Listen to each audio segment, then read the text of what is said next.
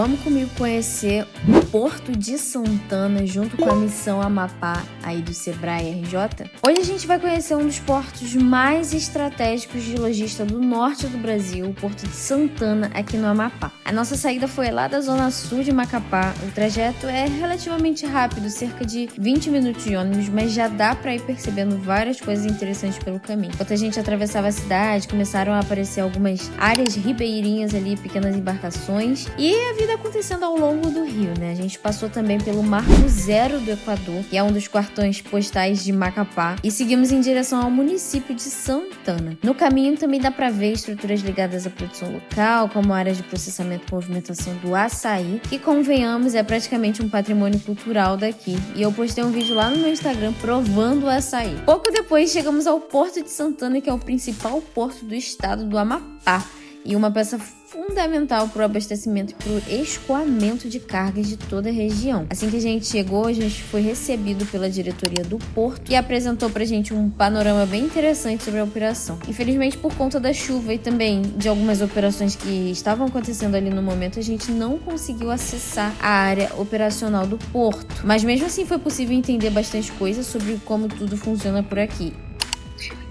Eu subi o drone aqui agora pra gente conhecer o Porto de Santana. Bora comigo? E é claro que a estação criativa subiu o drone. Na verdade, eu subi o drone, porque a equipe não conseguiu ir comigo, né? Mas a gente conseguiu ver um pouquinho do porto lá de cima. Não deu pra ver mais porque começou a chover bem na hora que eu subi o drone. O porto ele fica às margens do rio Amazonas e ele recebe diferentes tipos de carga, desde grãos, madeira, minérios, até combustíveis e insumos industriais. Eu vou colocar aí no vídeo uma parte onde ele mostra os principais materiais recebidos nos últimos anos e uma média de embarcações que pararam ali, que utilizaram o serviço do porto ao longo dos últimos anos também. Nossas principais cargas nesses 3 períodos foram cavaco, ferro, manganês, soja, milho, farelo, cromita, carne geral, fertilizante, caroço de açaí, quem gosta de açaí?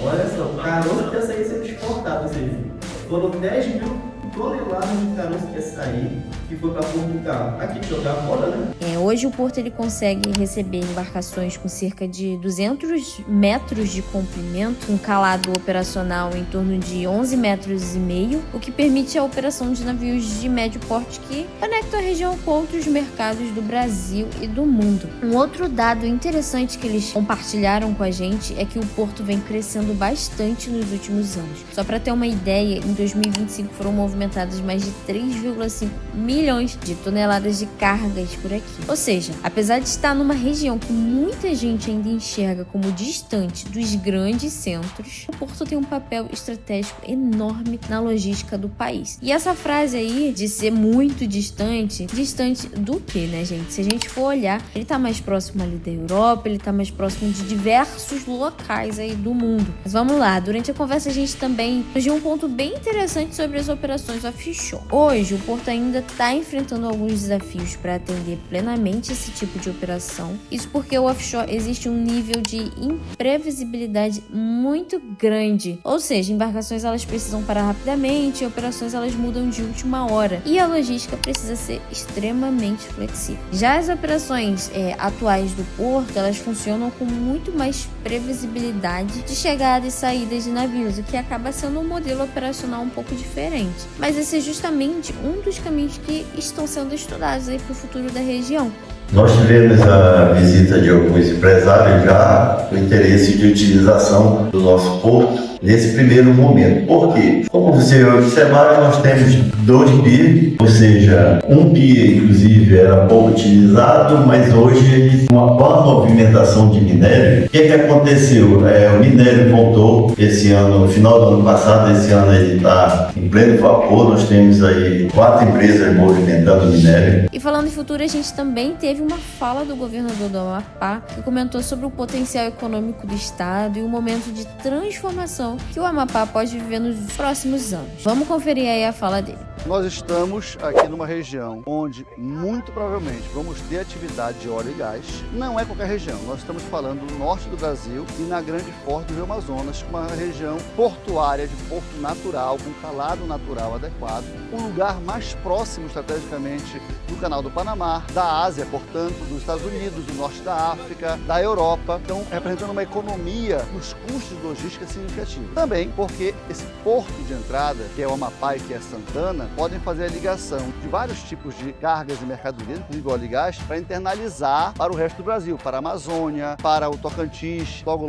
quando resolver a questão do Pedral de Lourenço, para o centro-oeste brasileiro e da mesma forma escoar essa produção. Aqui também nós temos os benefícios da SUFRAMA, que é a Superintendência da Zona Franca de Manaus, temos uma área de livre comércio, temos corredor de importação e temos um Repetro que reduz os custos de implantação em até 40% com benefícios que são cumulativos apenas aqui no Amapá. Então tem muitas vantagens comparativas. Além da questão estratégica, geopolítica, quem estiver localizado no Amapá tem condições de participar do hub que é a produção de petróleo nessa região, porque afinal de contas, acima temos a Guiana, o Suriname e a Venezuela e abaixo o restante da margem equatorial, que também com o tempo será explorado. Então nós aqui no Amapá oferecemos segurança política, ou seja, é o Estado dizendo a cadeia produtiva do óleo e gás é bem-vinda. Segurança jurídica, nós temos legislações modernas, zoneamento ecológico e econômico e não teremos embaraço jurídico. E o terceiro, a segurança ambiental, uma vez que somos um Estado protegido, preservado e zoneado com legislação muito clara. O Amapá é realmente uma grande possibilidade para o desenvolvimento do óleo e gás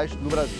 Segundo ele, existe uma expectativa de, em 5 a 8 anos, a região comece, ou seja, a região vai começar a sentir os impactos mais concretos da produção ali de petróleo na margem equatorial brasileira. Além disso, o governo também tem buscado atrair empresas oferecendo condições favoráveis para novos investimentos, incluindo alguns incentivos e políticas voltadas para facilitar a instalação de negócios na região. Bem, depois da apresentação a gente ainda conseguiu fazer algumas imagens do porto da região, né, como eu já falei para vocês. Mesmo sem acessar a área operacional, deu para perceber que o Porto de Santana está num momento importante de transformação. A região ela já começou a receber a atenção de muitas empresas e investidores, principalmente por causa das oportunidades ligadas aí à logística, energia e ao possível desenvolvimento da indústria do óleo e gás lá no norte. Aqui no norte, no caso, né? Eu tô agora no norte. E esse foi o nosso tour de hoje pela estrutura portuária de Santana. A gente segue acompanhando a missão Amapá com o Sebrae RJ e nos próximos dias eu vou mostrar mais bastidores dessa jornada e das oportunidades que estão surgindo por aqui.